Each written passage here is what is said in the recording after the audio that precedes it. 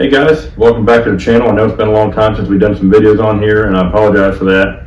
You just kind of get lost in time, doing everyday stuff and doing some hobbies, and with work and everything else, just days just slip by. But we're going to start doing quite a bit more videos. I know I said it last time, but this is going to happen. And I hope that you guys are excited for this one here, because this is a special video. I get the pleasure of doing a little reveal with. And this rifle here has had a little bit of expected or unexpected delays. So, their release date got pushed back quite a ways.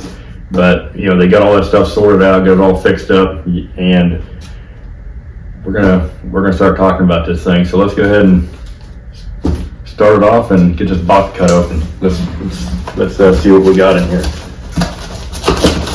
See if I can't cut myself here. I usually don't do, I don't do unboxing videos because honestly I just kind of think they're kind of stupid, but pretty excited to do this one on this just because of what it is. This is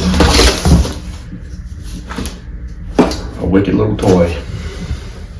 Now, anybody who knows anything in the air guns here recently has heard this name right here, and this is a Karma Red Panda. Now, what's special about this one? What's special about this one here is this is the brand new PRS rifle, and I'm gonna tell you, this baby is a thing of beauty. Now, let's get this case out of the way.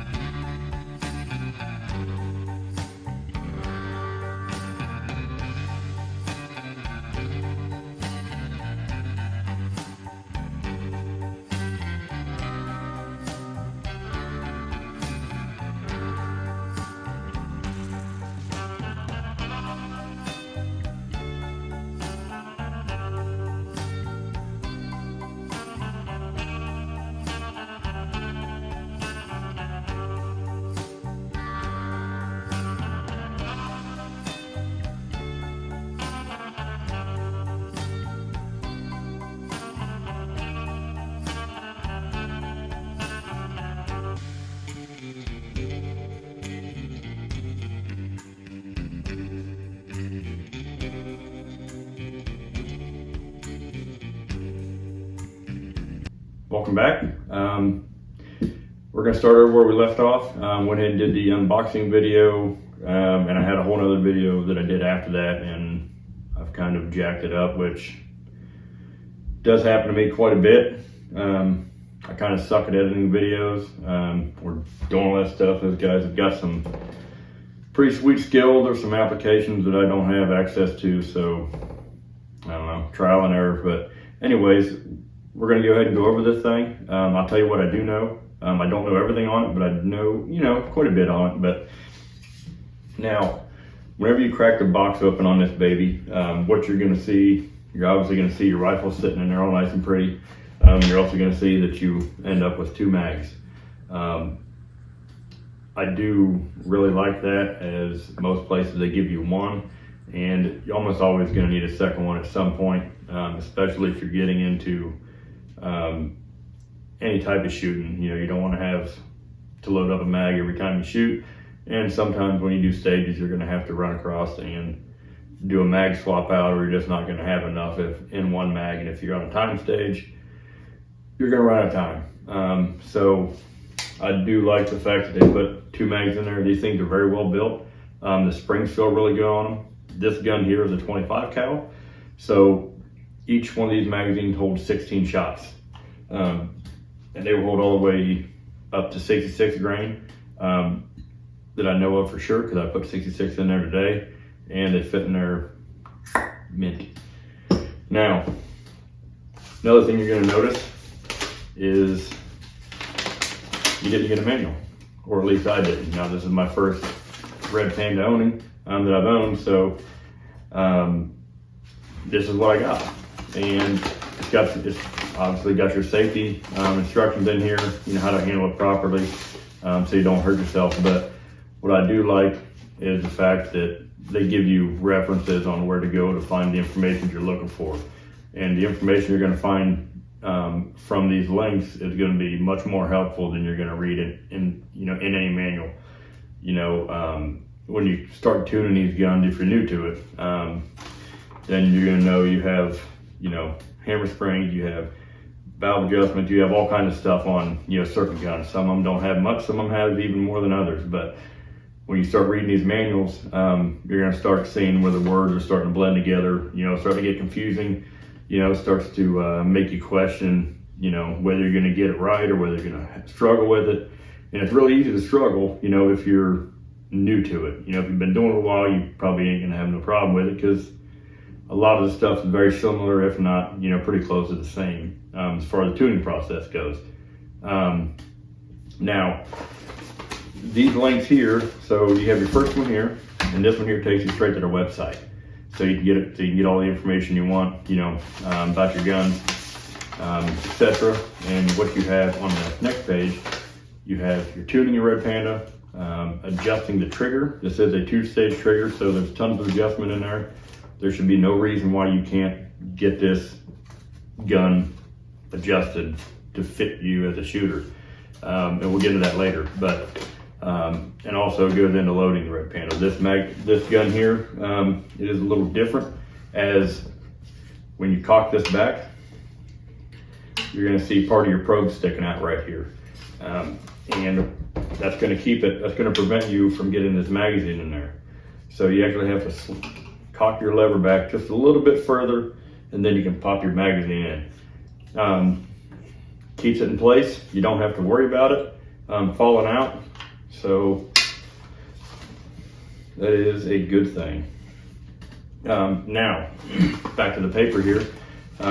Whenever you go to these links, you're going to find a ton of helpful information. This one here, PJ is doing a video on how to tune your red Panda. Very informative, very instructional, and he's going to cover all the questions that you're going to be asking if you were tuning a rifle and you didn't know. Like if you're new to shooting and you got one of these and you're shooting it, you're going to see your little chronograph, you're going to see your speeds going up, you're going to see them going down, you're going to see them be sporadic, and he goes over all that and is very informative on telling you how to counter those issues. You know, whether your speeds are ascending or descending, you know, you'll know what to do with your regulator pressure or your hammer spring. So he covers a lot and can make you pretty advanced pretty fast. So definitely like this idea, way better than a book. Just going to confuse people, especially, you know, when these things are, you know, they got a lot going on. Now, let's flip her over. So, this is a 25 cal. We have a 1 in 16 slug barrel on this, and this shroud is actually hiding a chrome moly bull barrel. It's probably, I didn't break out a tape measure, but I'm going to guess it's about 3/4 of an inch thick. So it's pretty stout. You can do caliber changes on this gun very easily. I don't know what it costs. I don't know much about that. I just, you know, I just know it's easy to do. So, you know, so if you want to shoot pellets, you want to shoot slugs, you want to go down a caliber, want to go up a caliber, want to drop down a couple calibers, you can do all that. So very versatile in that route. An aspect that they thought that far ahead, so you can actually do that. You're not stuck with a gun, you know, that you got a 25 cal, let's say you want to shoot a 30 or you want to shoot a 22, and you know, now you got to buy a whole nother gun. So I do like that aspect. Gives you some options if you change your mind or you want to, or you know, you want to get in a different style of shooting. So that is that. Now, this also comes with a 30 MOA rail, and that will allow you to get more elevation out of your optics, especially for us not running 308s or 6.5s or 6 arcs, you know, high powered cartridges, you're going to run out of elevation as you start stretching out in distance with rimfire and air guns, just because you're going, you know, lighter speeds. Most of the time you're going to be under 1,000. You know, you might, you know, be over 1,000 depending on where you're at, but it really hampers, you know, what your optic can do when you start getting real far out there. You start lobbing little rounds in. So the 30 MOA rail is going to add quite a bit more elevation and stretch you out just you know, quite a bit farther, where, you know, you may not need to upgrade your optic to one that has more elevation. Now, this gun here, you'll see 2 bottles in the back, and you will also see 2 bottles up front. Now, 2 of these bottles up front, both of them are 200 cc's. One of them is a plenum bottle, which is the air that goes out the barrel and launches your projectile. Now the other one is actually a third tank for your actual air capacity. So we're running 700 cc's of regular air and 200 cc plenum. So we have a massive plenum, huge. We have a massive amount of air. Excuse me. We should be able to get slugs going pretty quick. We should be able to maintain a high shot count and do that comfortably. Pretty easy. Now the other thing you're going to notice, while I have this thing spun around, you're going to see this rail. This rail is extra wide, and what that's going to allow you to do is, if you're shooting positional, you'll be able to drop this down on your bag or whatever you're shooting off of, and you're going to keep. That's going to allow you to get more stability to where you're not doing this. You know, where the gun is in more control. You know, then now this also comes with a standard Arca rail all the way across the bottom, and you will see if you do shoot, Arca is the new standard in accessory mounting options. So anything you can get, you know, you can always get an Arca. Arca is a much better platform than a Picatinny rail, faster to mount on, more stable, and I mean, in my opinion, it's just better all around.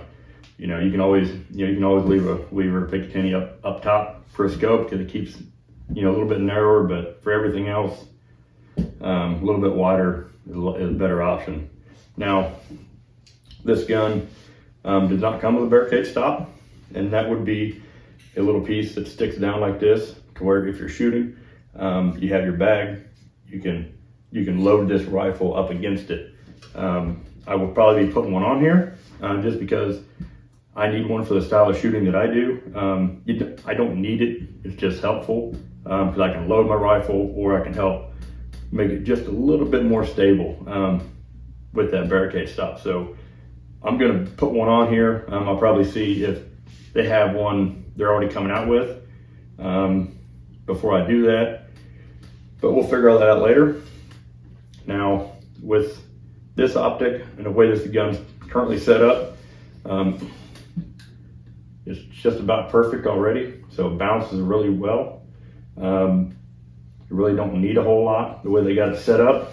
If you want to put a little extra on there, bipod is going to do you quite a bit. If you just want to leave a little bipod on the front, or if you want to start adding weights, power to you. Now, as we skip on to the back, you're going to see your cheek piece has a ton of elevation, and I absolutely love this because most of these rifles where you have bigger magazines and you have to have your scope up high enough, these cheek pieces are never tall enough. So you have to make custom studs. You know, you have to tweak them, or you have to add something on top, and it really sucks because you already know your scope's going to be higher than normal. So why would you not have that able to be lifted up high enough to accommodate a taller cheek weld? But the butt plate is adjustable up, down, and you can fit that right to just about perfect. It does have a bag rider on the back, so they're always nice when you're locking, when you got that bag underneath there, and you can pull it up to you, and you can cause your gun to raise up just a little bit. You know, if you're shooting off of a bench, or you know, you're shooting off of you know, the ground or whatever, it can be a little bit more stable with a nice bag rider. Now this grip here, I really like this one. They actually sent me out one a while back, and I put it on my Panthera. I got one, and this European style grip is very, very comfortable. Switch everything around. And you can see it does have a thumb grip here, or a thumb rest, and it has a spot on the opposite side to put a thumb rest on it as well if you want to keep your thumb wrapped around. If you haven't shot with one, they're very, very comfortable when you're shooting. You can relax your hand a little bit more, I think, in my opinion. I need to adjust this yet. I haven't adjusted this or the trigger yet, so I just kind of went out and played with it. So I still got to adjust it to me. And you'll see as you're shooting, and you're trying to get precise, you're trying to get accurate, you're trying to combine the two, to get the most out of your investment. You're going to see that adjusting this rifle to fit you, from your finger to your thumb to your cheek to your buttstock, everything is going to make a huge difference on whether you can do follow-up shots and be repeatable. You can always smack a little group, but let's say you stand up, you walk your truck, come back, sit back down, have to get a drink, and now your groups are different. Heck, that could be because now you're shooting, now you're squeezing your trigger different. You got your cheek in a different spot. You got your head moving around a little bit more. All that stuff plays a huge part if you want to be repeatable. You have got to spend the time behind your rifle, not only tuning it, but tuning it for you. But yeah, anyways, let's move on. Get off that high horse because that one's a long one. Now you will see right here is your tuning regulator. Right here, this is a dual regulated gun. So you have your pre-regulator, and then you have your shooting regulator. Just kind of chokes it down a little bit so you're not holding back all of your pressure on one. So it should extend your life. You do have a standard phosphor fitting in the back. You have your shooting regulator here. So this here is what your plenum pressure is reading.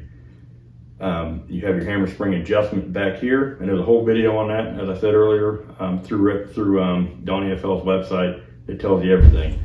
Now this thing is very smooth, got plenty of pressure there, and I will say from shooting prior guns, you got to be careful on these spring actuated guns because you can pull it back, slip forward, and you can half jam a slug in, and depending on how far you take it in, depending on how far you push it in there, that magazine could cycle, and now you have another one going in there. So you just have to kind of be careful with that because it's definitely easy to do. I haven't done it on this. I haven't shot it very much, so it may or may not be possible, but I do know on my Panthera it's absolutely possible because I've done it enough times that I don't even want to talk about it. It's kind of depressing, but we'll just move on. Anyways, this gun here comes in at 18 pounds according to my scale, so we got plenty of weight on this for the gun to set really nice on bags, set comfortable, got a good weight to hold yourself still. We do have a bubble level on the back, help keep this rifle steady. I do plan on putting my MDT Senate level on here. As you shoot, you'll find out that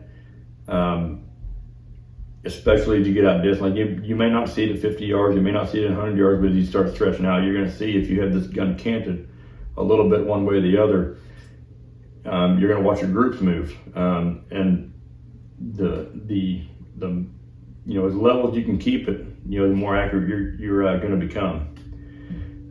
That being said, I'm trying to think if I missed anything. I guarantee I did, but don't think anything else. Anyways, so this gun, like I said, I did take it out already. I didn't record any groups yet, but I will say that we got a tune. We played around a little bit, and my last group that I shot with 140 yards, and I put them all into my thumbnail, all 8 shots, and my SD was 0.3 and my spread was 0.7. So 0.7 or 0.8, one of the two. but we really tightened it up. We found some things, we learned some things.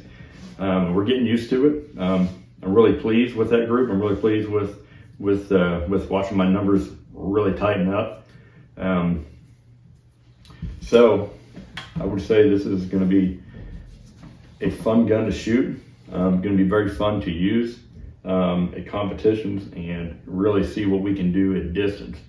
I plan on putting quite a bit of time behind this rifle here in the next few days, or next couple of days maybe, if I can manage it at least. And I plan on starting to shoot it some matches. So I'm really excited to get to play with it. I'm really excited that I got to, just get this thing. But anyways, I just wanted to do that video. I wanted to follow up. I'm actually really surprised that I got through however many minutes it's been without jacking up the video or somebody popping through the door, or the dog barking, or anything else. So that I'm pleased with. So this should be a pretty quick video as far as not having to edit nothing. Anyways, I hope you guys enjoyed the video. I hope you guys learned a little bit about this. Definitely something to think about if you guys plan on shooting distance or shooting ELR, shooting positional type shooting, or just playing around. I mean, this gun here is going to be great. And I'll get some videos out here pretty soon. I'll get you, I'll get you some numbers on what I'm getting as far as shot count, the size projectiles I'm shooting. Today I was shooting 50s, I was shooting 66s, I even shot some 34s. And I'll try and get some better ideas on, how the tuning goes, as far as being able to stick on one, on a really light slug that I'm shooting, or, go to a heavy. And I'll, try and get a better idea on, whether I'm gonna have to change my tune, or whether I can find, a few slugs that'll actually, work well together, all besides elevation, or as far as keeping, consistency. So that being said, I guess I'll see you guys on the next one.